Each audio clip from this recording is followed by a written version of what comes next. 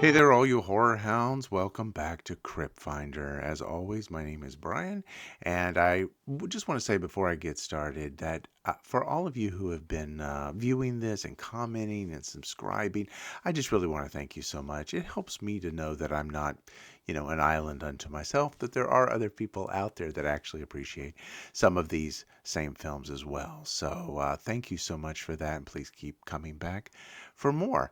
So I'm continuing this series that I started on made-for-TV horror films. Really, some of the classics of this particular subgenre. However, as always, I've just got to say, there's the little caveat there. Remember, these were made for network TV, so very limited budget.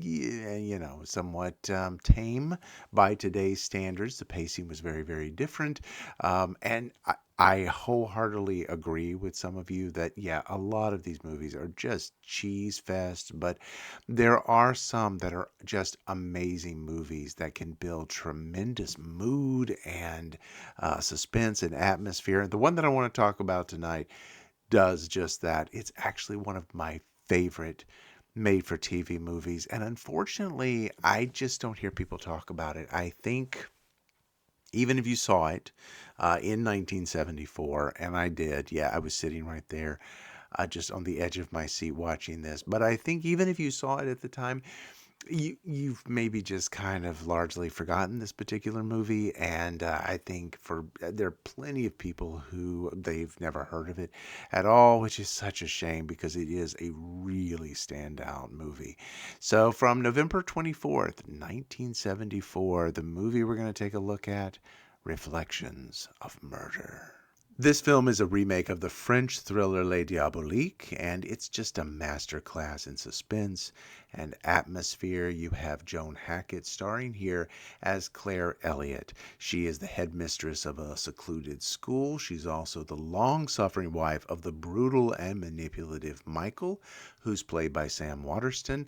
I'm just going to inject a note here that if you are only familiar with Sam Waterston for the 18 years that he played Jack McCoy on Law and Order, well, this is going to be a real departure for you. Waterston's Michael is mentally, physically, and emotionally very abusive, and coupled with his plans to close the school and sell the land to a developer, it's really just driving Claire to the breaking point. So, enter Tuesday Weld as Vicky. She's a teacher at the academy, and she once had an affair with Michael. It's pretty much public knowledge in the school, but yet the relationship has soured over time. And in sort of a shared misery, Claire and Vicky unite in a desperate plot. United by their mutual hatred for Michael, they concoct a plan to murder him.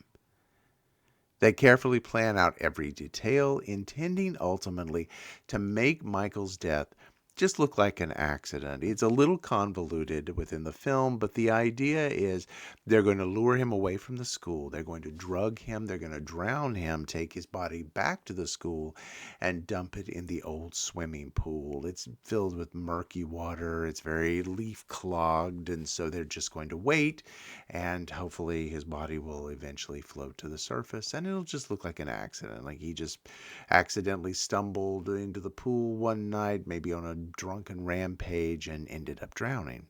They wait for the body to be discovered, expecting to finally be rid of Michael once and for all. However, things don't go exactly as planned. Days pass, but Michael's body is not found, not where they left it.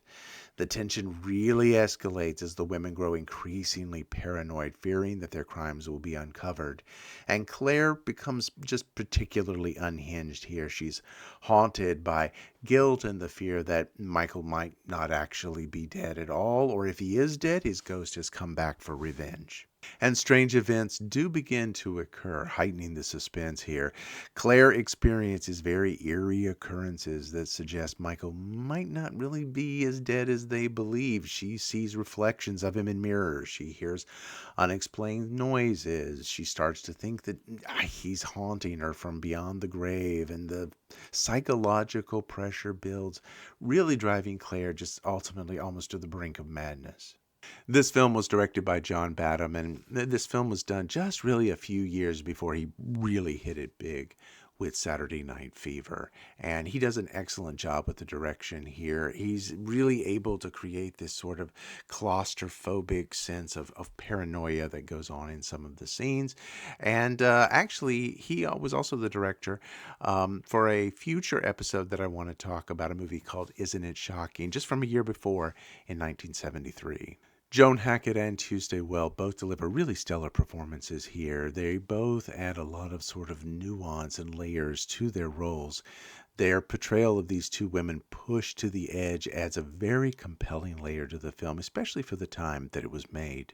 So, just as an aside here, Tuesday Weld was originally Roman Polanski's first choice as Rosemary Woodhouse in Rosemary's Baby, the role that ultimately went to Mia Farrow. And I think taking a look at Tuesday Weld, the very short cut that she has in this movie, compared to Mia Farrow's hairstyle, I don't know. There's just something there that you've got to take a look at, well, what might have been. I love Mia Farrow's performance in Rosemary's Baby, but based on this film alone, I think Tuesday Weld might have actually given us a very different interpretation of Rosemary. And so, yeah, I can't help but think what might have been.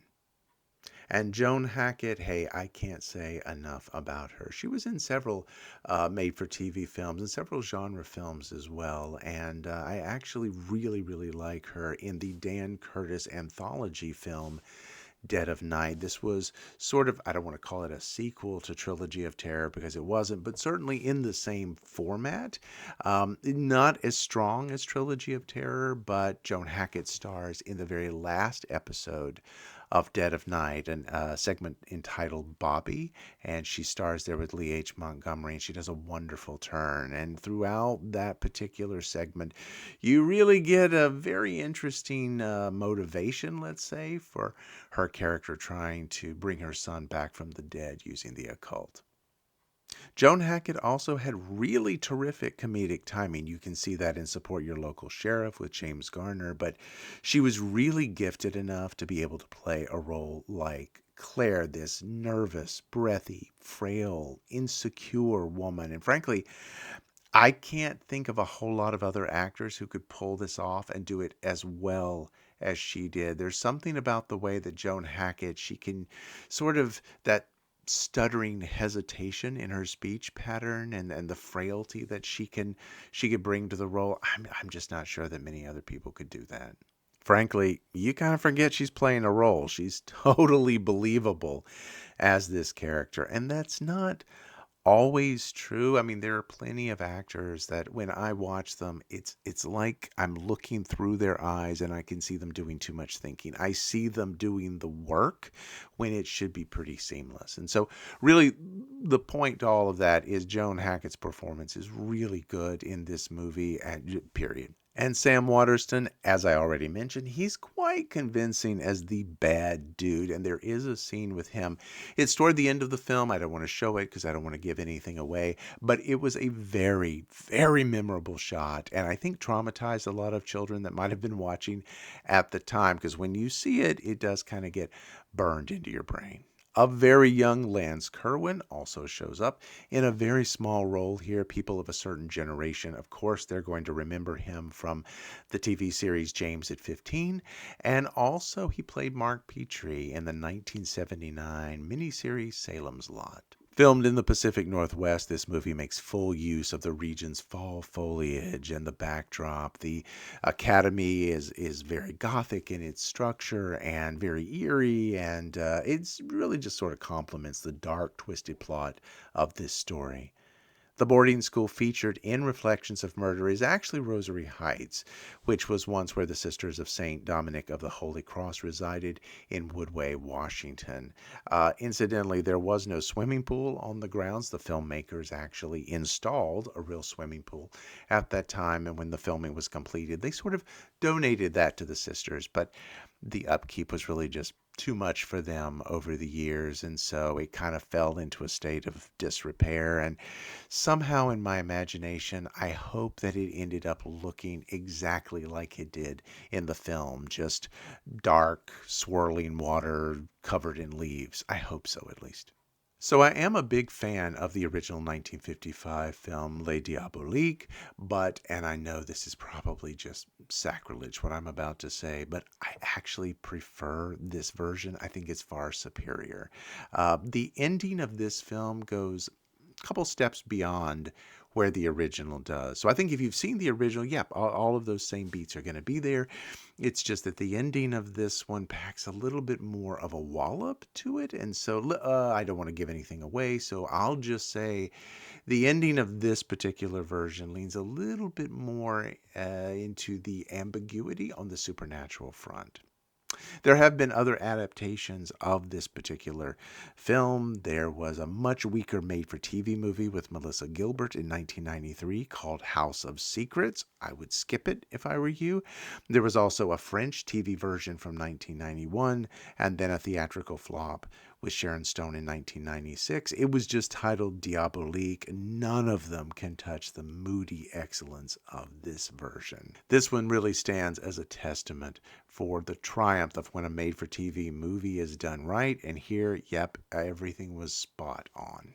And now that I have you all hyped up to potentially go and watch this movie, here's the bad news. Unfortunately, just the quality of the copies over time, like a lot of made-for-TV movies, it's just not as great as what it used to be. The visuals have become very, very washed out. There's a scene in this film where they're on a ferry, and frankly, everything is so blanched out behind them. You can't tell what's sky, what's water. Everything is just kind of white in the background. So it is available on YouTube. You can go and watch it. I just want you to be prepared that, yeah, some of these images have been faded over time. This was released back in the 80s on VHS, but unfortunately, there has never been a really good a DVD release or a Blu-ray release, and I think I read somewhere it might have been held up in legalities for a long time. And I say all of this because if you have any pull, anybody out there watching, please, this is a movie that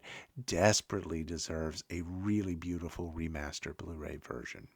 I also strongly recommend that you go into this one cold. Please don't look anything up. Don't try to read anything about it ahead of time. It's much better to just turn off the lights, sit down, and actually go into this one and just kind of let it wash over you. Even if you enjoyed the original or you've seen any of the remakes, yeah, don't let that stand in your way either. This film is head and shoulders above the rest, so it's well worth your time and attention.